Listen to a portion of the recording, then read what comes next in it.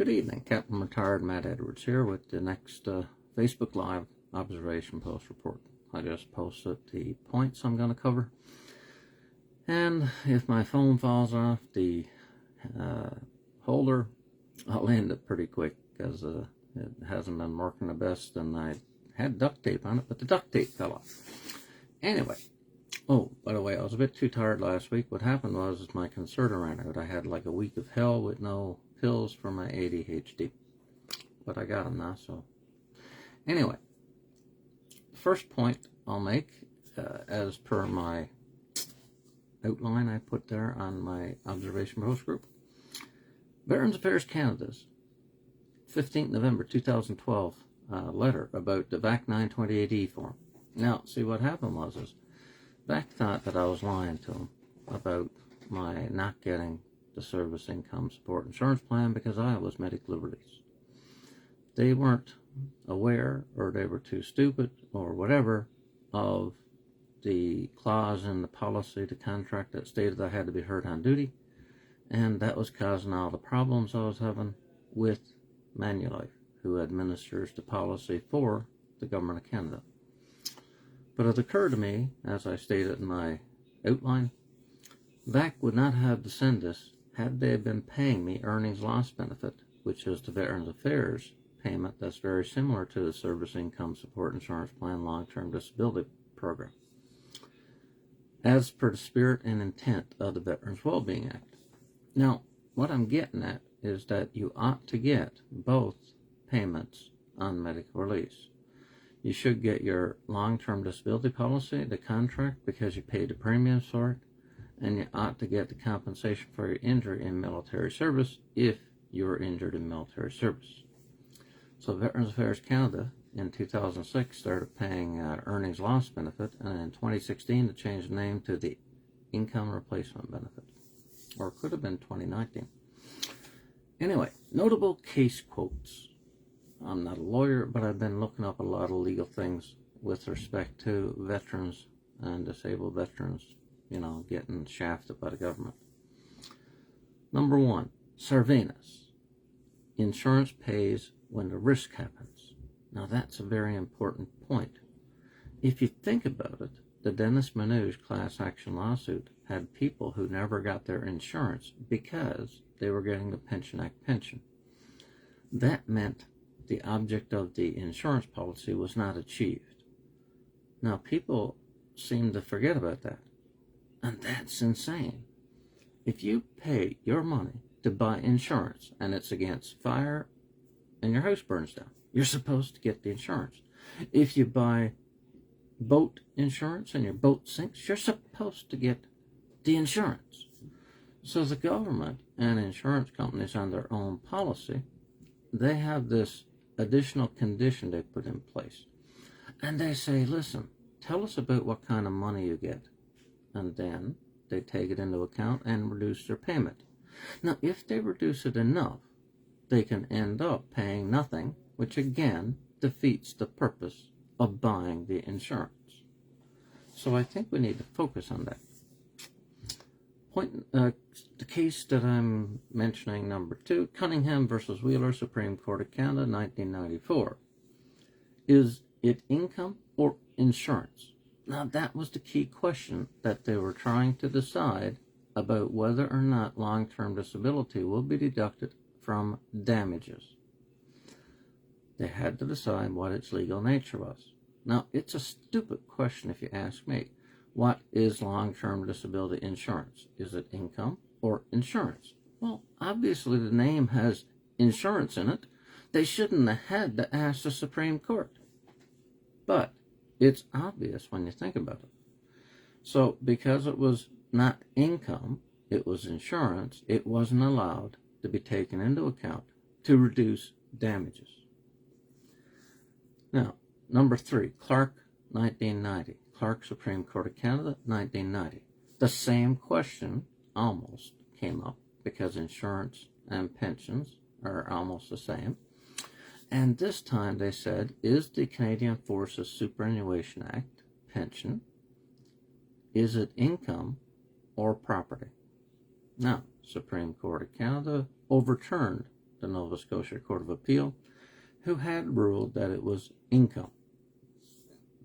So the Supreme Court of Canada said, I'm sorry, lower court, but you're wrong, and it's really property. Now, it's kind of obvious when you think about it. You take your money and you put it away for the future. So you have a nest egg in a pension. Now, that's obviously property and not income. It's sitting there, and you get it when you retire. So, I mean, I don't know why people think it's income, but according to my Member of Parliament staff, they said to me, Matt, if you say it's property and not income, how come they tax it under the Income Tax Act? And then I had to explain to them the history of pensions in Canada and the fact that the government wanted people to have, companies and people to be encouraged to get pensions for their retirement. So the government in the 1950s added a deduction on income taxes for when you made a contribution towards your pension. Now, you therefore had income that wasn't taxed when you put it into the bank. So it's a technicality that they let this property be taxed on withdrawal because it was originally income in the year you made it, but then you put it into the bank, and only for their rule about public policy, having money for retirement, it wouldn't be taxed. Because if they taxed it on contribution into a pension, then they cannot tax it upon withdrawal. That'll be double taxation. And Canada has a rule against taxing the same amount of money twice. If they tax it while it's in the pension, vested it's called, then you cannot tax it when it comes out. Now, I mentioned that because the stupid assholes at Finance Canada, they put into the tax expenditures reports that the government is losing out on not taxing money on pension contribution and not taxing money while it's vested in a pension. So somebody ought to educate them nincompoops about how pensions work and Canada's taxation policy, where you don't tax the same money twice. Anyway, moving on. Clawback equity. Is it fair to save money for healthy contributors at the expense of disabled former contributors? You see, people get caught up in the legalities. It's in the contract. It's in the law. And they don't think about, is it fair? So what happens is the Canadian Forces Superannuation Act pension is often used to reduce the service income support insurance plan. So a disabled veteran has their disability used against them because they get a lower Canadian Forces pension, first of all. And then that lower Canadian Forces pension is used to further reduce their long-term disability. So Veterans Affairs does it in statutory law, and the Service Income Support Insurance Plan does it in contract law. But the thing is people have to ask, is this fair? Because who is getting subsidized here? It is the people that pay the premiums into the insurance plan, which are healthy soldiers in the case of the Service Income Support Insurance Plan. So basically, they get a lower price by having clawbacks. Now, the government pays 85% of the CISP policy's premium. So therefore, any clawback saves $6 for the government for every dollar that the soldier saves. So that's why the government likes to have clawbacks on things like the Service Income Support Insurance Plan, or the Sun Life policy, or the Great West Life policy for the RCMP, or the Public Service Management Insurance Plan for the members of Parliament and managers and non-unionized employees. But it's coming at the expense of the disabled people, and that is unethical. It's also against the Charter. It's also against statutory law, like the Canadian Forces Superannuation Act, Section 83, which prohibits that whole clawback. Moving on, because my eyes are getting a bit blurry from looking at the small screen. One of these days I should get some kind of professional setup but I haven't got it yet. Might never get it. I'm hoping that all this stuff will get fixed one of these days. Harper, 2012/IBM, IBM versus Waterman, Supreme Court of Canada, 2013. And clawbacks on pensions via increased contributions without agreement from the employee pensioners. Now I got to read this again because I wrote it some time ago. But what I was thinking about was, in 2012, Harper said that Canadian Forces members, the RCMP members, and public servants were getting too sweet a pension deal. So he increased the contributions. That is insane. Why it's insane is that many companies like IBM don't have contributions. So the service of the person working for the firm is enough. So the government doesn't like that because it wants to have its cake and eat it too. So it introduced contributions, and the IBM case said that, it used to be that you had a contributory pension and a non-contributory pension. Those were two classifications. But after the IBM case, I don't know if they rewrote the textbooks yet, after the IBM case, basically, they said, well, the person earned whatever the company paid on his behalf. So now, there's no such thing as a non-contributory pension. I'm getting a bit tongue-tied here. So basically, it's common sense. Think about the fact that whatever the government pays on the SISIP policy was earned by the Canadian Forces member. Whatever the government pays on the Canadian Forces Superannuation Act pension as a contribution is earned by the soldier. So whatever is paid for the Canada Pension Plan is earned by the soldier, the employee, the RCMP member. But the government and other employers look at these expenses and they think it's an employer's expense. They don't think about the fact that these monies were actually earned by the employee. Now, on that note, that was what came up in the Cunningham versus Wheeler case. There was a lady called Ms. Cooper. And the company paid 70% of the premiums for the long-term disability program. She paid 30%. But the court, the judges back in 1994, they said, whatever the company paid on behalf of Ms. Cooper, that was obviously paid on her behalf. They could have paid it to her because she earned it, like if there was no insurance program in place. So this is what people got to start getting their head around, is not who actually makes the payment that is important. What's important is who does the money belong to? Who earned the money? So in the SISIP program, well, the government pays 85%, but it was earned by the soldier.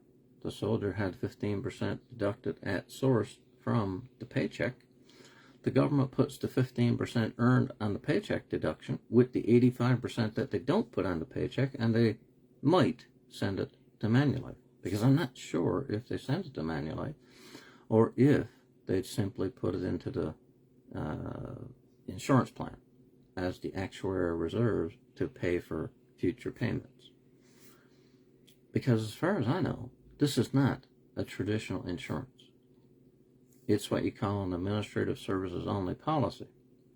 And that came up recently. I was talking to my member of parliament staff on a couple days ago. And I don't know why I called them, because basically I didn't expect them to answer, but I did get to talk to Ruth, her name is. And what galls me is these people try to gaslight you, and they don't seem to understand what they're doing. So while I was telling them about, say, my refusal to do the annual medical because Manulife told me to do it. My God, man, my dad was a World War II veteran, and he had to get medicals done every now and then for this and that. But what does that have to do with the price of coffee or the price of beans or anything? That's not what I was trying to say. I said, listen, Ruth, I have 2 insurance plans. I was a public servant and I was a soldier or reservist. On the Sun Life policy that covers public servants, I only have to fill out a form, which is a one-page form, and they ask me, are you still disabled? I said, the military's insurance, administered by Manulife, they have a 4-page form that they ask me to go to a doctor to get filled out. Why did they do that then, Matt?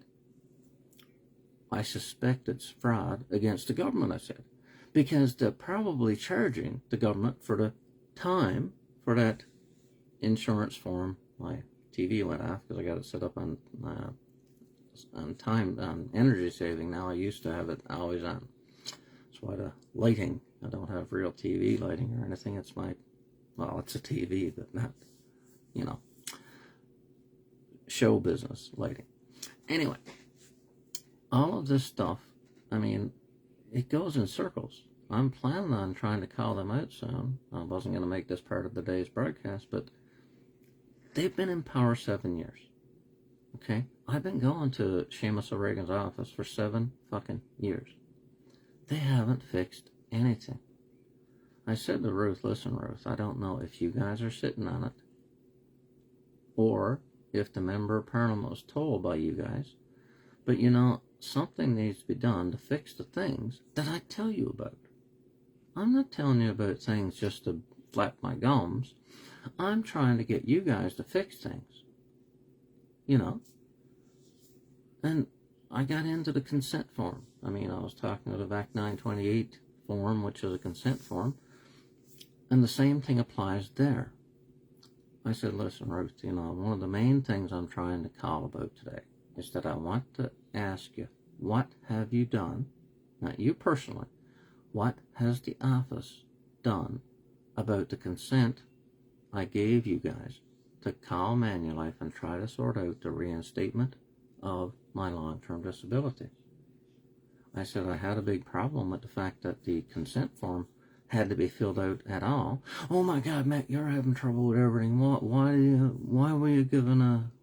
did you care about the consent form that has to be filled out? Everybody, all the departments make us fill out them when we're trying to help out a constituent. I said, the problem I have, Ruth, is that it's illegal. I said, under Section 8(2)(a) of the Privacy Act, the government can share information if it has it, but there's another exception to the requirement for consent, and that's when a member of parliament is working on a problem trying to resolve the problem for the constituent. So I said in 1982, the government, the members of parliament at that time, put that exception in the law to be used. So if your office collects a consent form, even though there's one exception there for that, you're breaking the law then, because you're collecting a consent form that you don't need to collect, because you could use the exception that the members of parliament put there to be used to avoid an additional consent form. You don't need it. So the same thing applies to the VAC 928E form that I was talking about. They didn't need the consent form because they could have used Section 8(2)(a), which allows two government institutions to share information when they have a similar program. So those are two of the exceptions to the requirement for having a consent form filled out. Now, if I go over there, I know I'm going to be wasting my time telling them about it, but I'm going to say, listen, here's another problem I got with you guys collecting the consent form for Manulife. Manulife is on paper a private company. As such, their privacy conditions would be set by the PIPEDA Act, not the Privacy Act. So why then did they collect a form under Section 5(1) of the Privacy Act when they are not governed by the Privacy Act on paper? Now, I know the answer to that because I've told them and I've told viewers the same thing, is that the government is not allowed to contract out of the law. The Privacy Act is designed to protect Canadians from the overwhelming power of the state. So that is the spirit and intent of that law, and it's designed not to help the government out, but to protect us from over-aggressive data collection. So I have, for example, a Treasury Board policy guide about some of these exceptions to the rule for privacy, for collecting a consent form. And they said that the reason for Section 8.2a in the Privacy Act, the exception for sharing information without the consent, was to prevent response burden from the citizen. So take the veteran. If the Department of National Defense, through Manulife, collected personal information for the administration of the Service Income Support Insurance Plan. Now, they designed the earnings loss benefit to be a copy of the Service Income Support Insurance Plan. They have a program arrangement in place between the Department of National Defense, the Department of Veterans Affairs Canada, and CISIP Financial Services. So basically, they saw these programs as so similar, they set up a program arrangement. So if that's the case, then they must be similar enough to share information without a consent form. So if they want to share information, they can. But they sent me a 928E form back in 2012, and it made me hit the roof, because here they were saying the exact same thing that I did. I said to Manulife, listen, if you get medically released from the Canadian Forces, you are supposed to get CISIP automatically. They said, that's true if you're a regular force soldier, but you were a reservist. And then I started researching stuff, and I found where the president of CISIP went before the Senate, and he said that if you get medical release, you get CISIP automatically. He made no distinction between class of service. But it didn't matter to Manulife.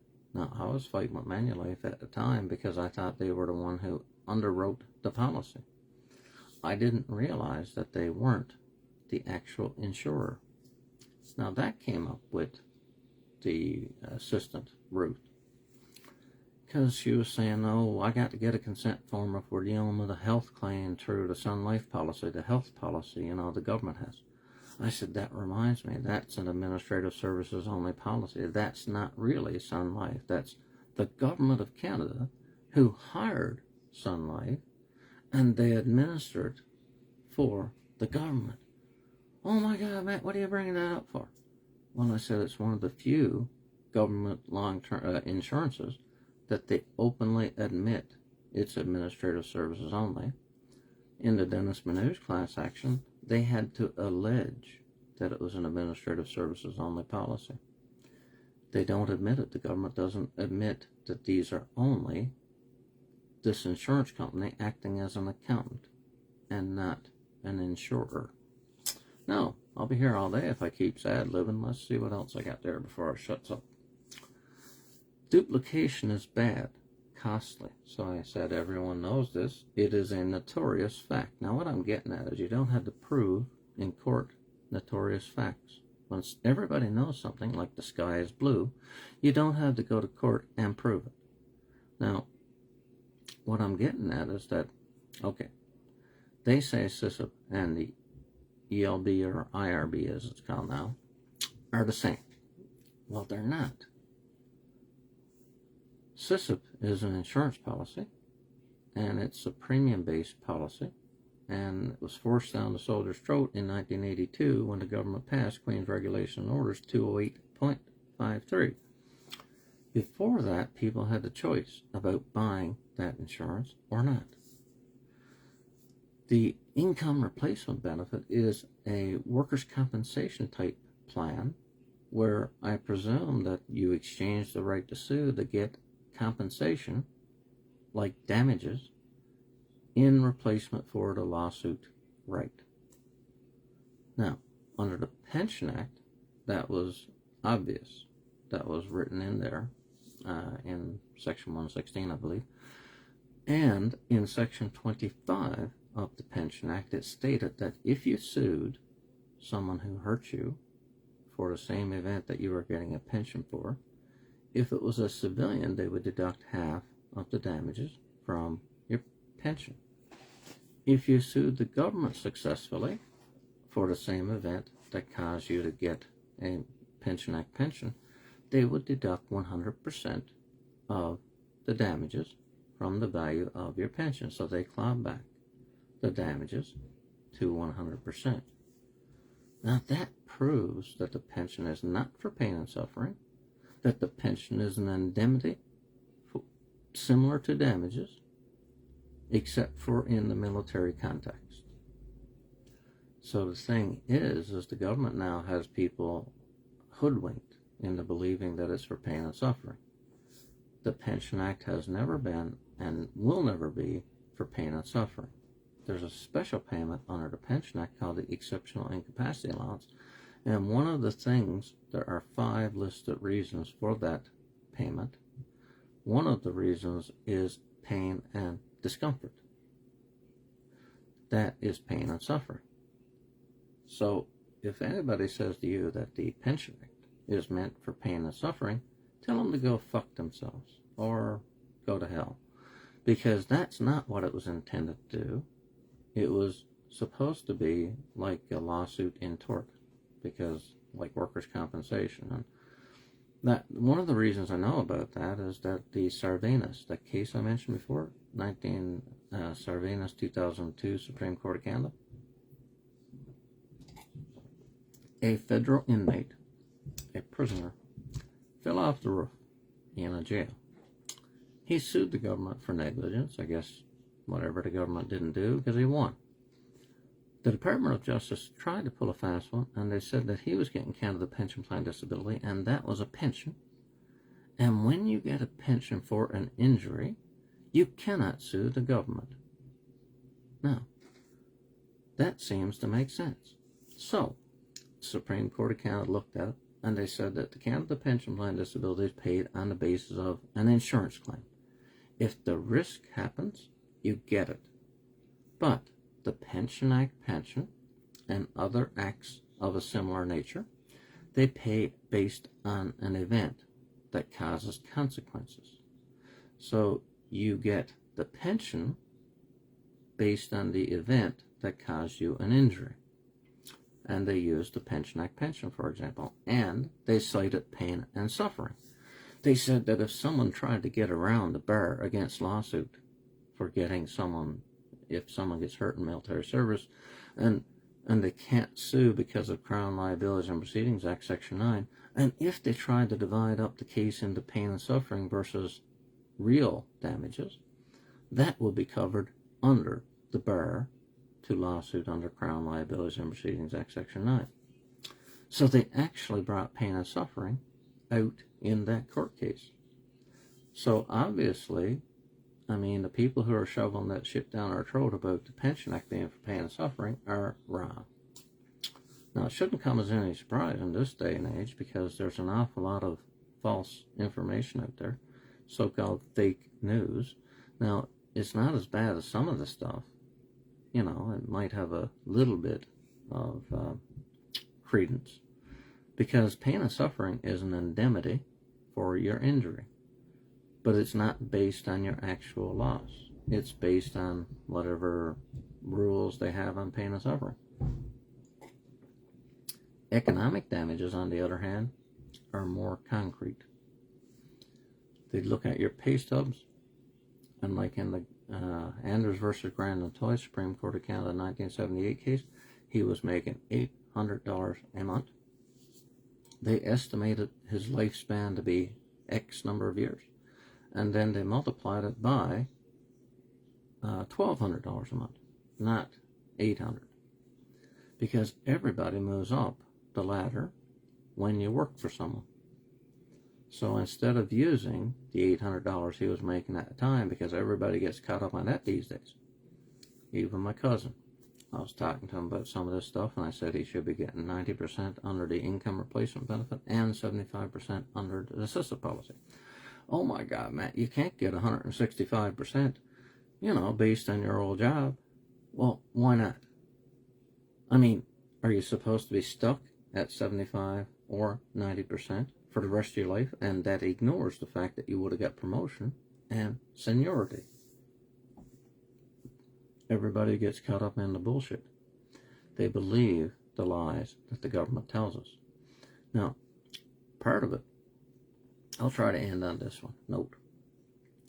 The problem is, it's the employer, the government as employer, that's causing a problem in our case. For civilians who have the same problem, it's the employer, that has the insurance policy.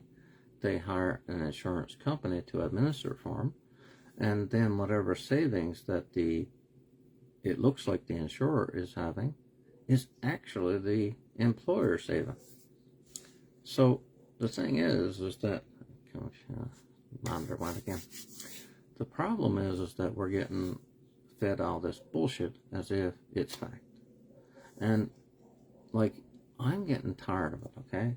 My member of parliament ought to know by now that if I state something to be true, don't try to gaslight me on it, okay? A few years ago, I went over there and I said to Seamus O'Regan at an open house, I told him about the fact that the government is clawing back things like the Canadian Forces Pension or Canada Pension Plan, and that is illegal under the Canada Pension Plan Act, Section 65(1), and under the Canadian Forces Superannuation Act, Section 83, and to back those two up, you have Financial Administration Act, Section 67. He looked at me and said, with a straight face, the law is open to interpretation. Now, recently I had that come up again when I was playing a game and I was talking to some Australians and stuff, and the same thing came up about the law being open to interpretation. So that's a sore point for me. Now, if you're a member of Parliament in Canada and you were elected to make laws, are you saying when you tell people that the law is open to interpretation that all of the laws that you write, the Criminal Code, the Privacy Act, the Charter of Rights and Freedoms, the Income Tax Act, you're telling me that these are all open to interpretation and that you wrote laws that were not clear and easily understood and obeyed? Who are you fucking kidding? He's basically undermining his own job. If anybody like a member of Parliament who's a lawmaker says to you, and I'm thinking about seeing if, say, Trudeau said it too, because I think it's a very big misconception that people believe that laws are open to interpretation when laws have to be promulgated, spread out. You can't just make a law and keep it secret. You can't charge people with, doing something wrong if you don't spread the news. And it also has to be clear enough to be understood and obeyed. So anybody who says, for example, this is where the spirit and intent comes up. If someone said to me, well, we have to collect the consent form. Okay, well, why do you say that? They'd say, well, the Privacy Act requires us to collect the consent form under Section 5(1). Then I say, well, does it now? What is the spirit and intent of the Privacy Act? Then they'll scratch their heads. Then I'll say, the spirit and intent of the Privacy Act is to protect people from the government. From the government collecting information that it shouldn't get, and from disclosing information that it shouldn't disclose. So when you're telling me that you want to get a consent form because the department, Canada Revenue Agency or Service Canada or someone insists that they want a consent form before they will share information with the Member of Parliament, think about who wrote the law. It was the Member of Parliament and not the department. Think about who is the boss. It's the Member of Parliament and a separate agency, like there are three branches of government. You have the lawmakers, the legislators, you have the executive, which is the departments, and you have the judges. So basically, they are letting the tail wag the dog. I don't know where they get off thinking about it, because if I was a member of Parliament and I knew about Section 82G allowing for the exception to requiring a consent form, I'd say, listen here, this might come across as blunt, but I'm the Member of Parliament. The law states that there is an exception to the rule. Normally, a consent form is required. But if I'm trying to help a constituent who is looking to get a problem fixed, and there is an exception put there by my predecessors in 1982, that law is still valid, and if you're asking me to get a consent form when one is not required, what are you trying to hide or delay? Because you ought to just lickety-split send me the fucking information because I fucking asked for it, you goddamn idiot. I don't think they realize that it's illegal. I think it's illegal. Now, whether anyone will ever get charged with it, I don't know. But the consent form itself has personal information on it. That's what I'm trying to say. So if they collect the consent form when one is not required, they're not covering their asses by getting it just in case. They're breaking the Privacy Act by collecting information on the consent form that they thought they were going to get to cover their rear ends, but they were actually breaking the law because you're not supposed to collect personal information unless you need it. If you don't need it because Section 82G allows for an exception to the normal rule, then now you've broken the very act that we're talking about, the Privacy Act. Now, the problem I got is that people like in the Privacy Commission, I call their staffers, and they don't want to deal with this stuff. It wasn't about that particular issue, but it was about Veterans Affairs and over-collection of information. Last point, I promise. Think about it. Privacy is, or lack of privacy, is at the root of all these problems I'm talking about all the time. Without the information about Canadian Forces Pension or the Canada Pension Plan or the Service Income Support Insurance Plan, they cannot claw back. So they ask for information that they don't have a right to get. Then they get the information that they don't have a right to get, and they reduce the payment that you should get because they heard from you that you're getting money from another source. But it's none of their fucking business. If you get money from something else, that's your business, not their business. But they're breaking the Privacy Act, which is a federal law, along the way, and they can't say they didn't know about it because ignorance of the law is not a defense. So if they tried to say I didn't know about the fact that the Privacy Act is supposed to protect people from the government intruding into their private life, go to hell. You can't claim that as a defense. You can't say I didn't know, so I can't be charged. What a crock of shit this is, right? What should be happening is we ought to be treated fairly, and then people would trust the government more. There's one thing to be paranoid and say you don't trust the government, but when I say I don't trust the government, it's because of specific things. Like the fact that they ignore the laws they wrote. Like the fact that they hide behind companies that appear to be the insurance company, but in reality, according to the Manus judge, he said the Chief of Defense Staff was the de facto underwriter of the CISA policy. Now, de facto means in fact, as opposed to de jure. So on paper, they have a contract between the Chief of Defense Staff and Manulife.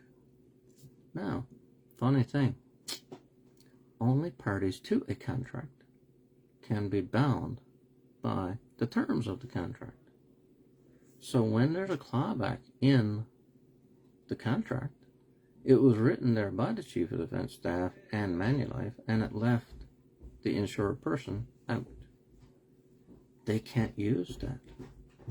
How can you use something that you had no part in negotiating? Like, usually a contract requires some give and take. You know, you sit down and you hammer out a deal. But in this case, it only appears that there's a contract, because there was no negotiation, because the person who's getting screwed over is the soldier who don't know they're getting screwed over.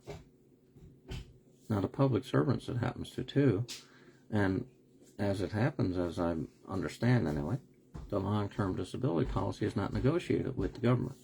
So that is not like the collective agreement that the public servants have their unions negotiate with the government. The long-term disability and the pensions are not negotiable. So that's probably why, we're getting screwed over on that side. But anyway, I'm getting tired of talking, but at least I got back into the saddle, and, I made 2 calls. I called the Office of the Veterans Ombudsman as well. So I told them I wanted some action. I said, basically, listen, I've been calling, say, the Canadian Forces Ombudsman, and I mentioned something, and they'd say, oh, you should call the Veterans Ombudsman. Then I call the Veterans Ombudsman, and then they'd say, hey, you should call the Canadian Forces Ombudsman, because that's the Service Income Support Insurance Plan, which is part of the Department of National Defense.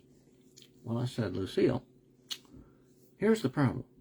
You have a program arrangement in place between these 2 departments. Therefore, you can't turn a blind eye to what's happening on CISIP.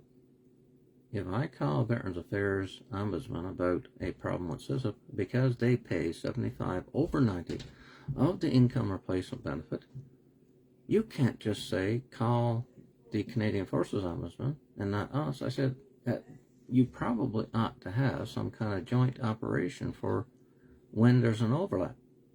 You should have, joint investigations or something. But I said, I'll make this my last point. I said, checks and balances. I said, the Canadian Forces and the Veterans Ombudsman ought to be a check and a balance against government corruption, government overstepping their bounds.